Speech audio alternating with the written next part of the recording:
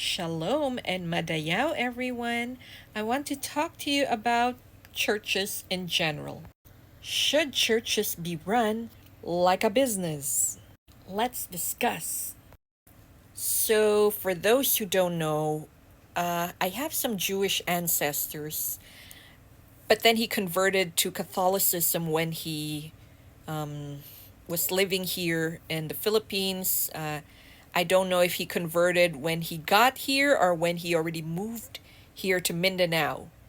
Because, that was more than 100 years ago. So nobody can really tell the reason why. It was just that. And he wasn't the type of person to talk or brag. He was, some of the older ones would describe him as more subdued, subdued type of dude. But when you see his pictures, of course, those were still black and white and sepia pictures, you could really see his features were very different. He was a Sephardic Jew. Yeah, it's so mixed already that he had some white and Middle Eastern features all rolled into one. My auntie had a DNA test once that showed Middle Eastern. So, yeah, but it also had some Italian blood, his. So he was Italian, or his ancestors were Italian. Then I know the older ones back home said that his father was born in Portugal, but he was born in Spain. And sometime when he was still a toddler, they got expelled out of Spain, and that is the reason why he was here in the Philippines. So, yeah, there's a lot of Jewish expulsion long before the Holocaust. So let that sink in. Anyways, as for my mother's side, they're all mostly still Catholic.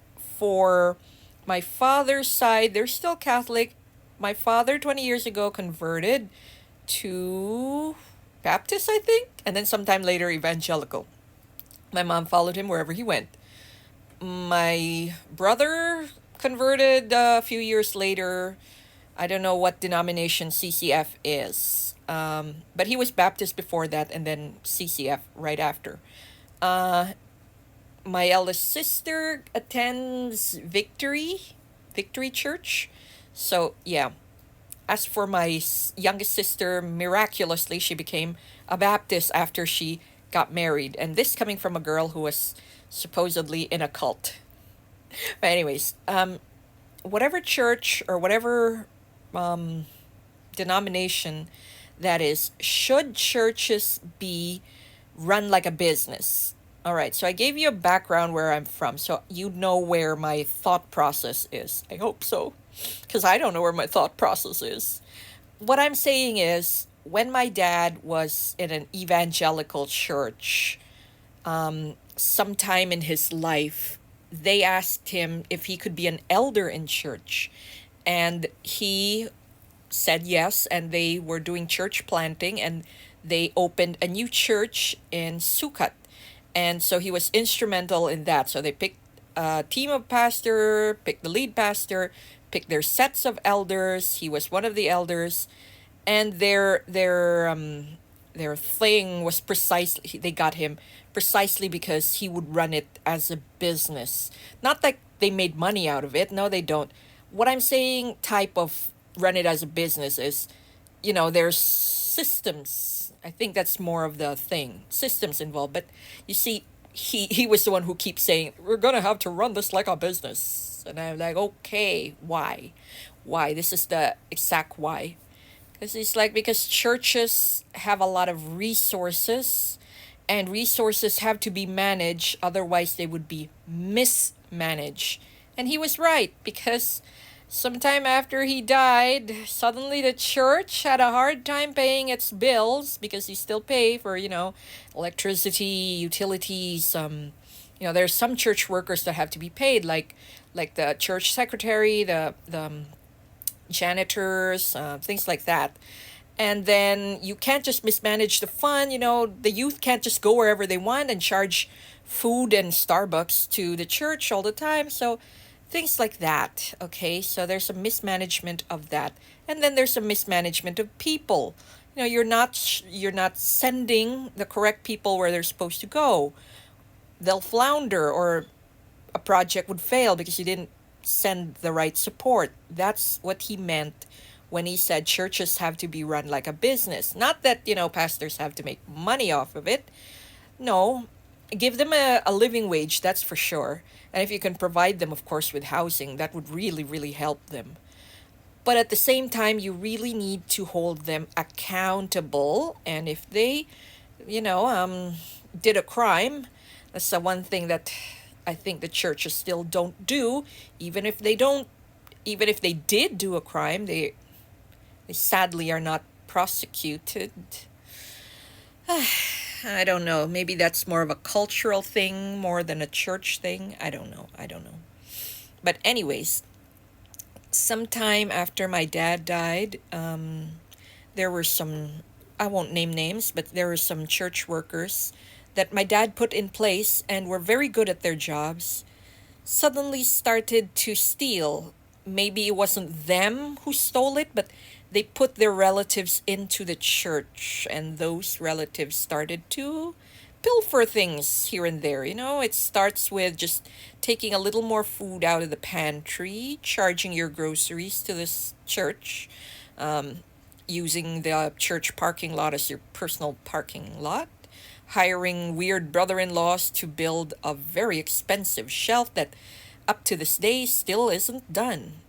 Anyways, a lovely church parishioner said, "Hey, I'm already retired.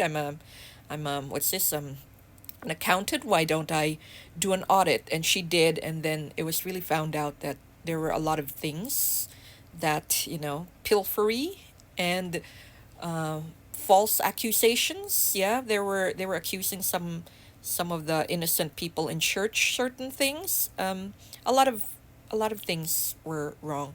I'm not blaming the pastor, not even the senior pastor. I know what he's capable of. He's such a soft type of guy, not in a bad way, more of like in a teddy bear sort of way. He's more like the dad type. He just can't say no to people. So even when said person was like, Mom, did you tell the pastor that this is a crime? And she's like, they don't want to prosecute because they're a church, the usual thing. I'm like, okay, fine. But, anyways, he just doesn't have the capacity for that type of thing. And when my dad was alive, they sort of balance each other out. My dad can be pretty harsh when it's business time. He could be such a nice dad, but when it's business time, even I have to call him sir. You know, it's that way. But I enjoyed it because I learned a lot from him. I even started to make his sermons. I don't go to the church, but I help him make his PowerPoint presentation, sermons, and things like that.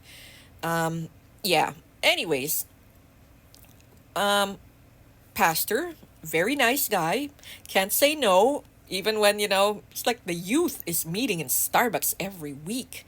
You know how much Starbucks is and how many youth people are there? And my dad's like, nope, your guys are just gonna get Dunkin' Donuts and coffee in the break room. And for those who are not yet 18, you're gonna get Milo. So, that type. So my dad's like, no more Starbucks. That's not part of it. So he's really that way with the church finances, and I understand that.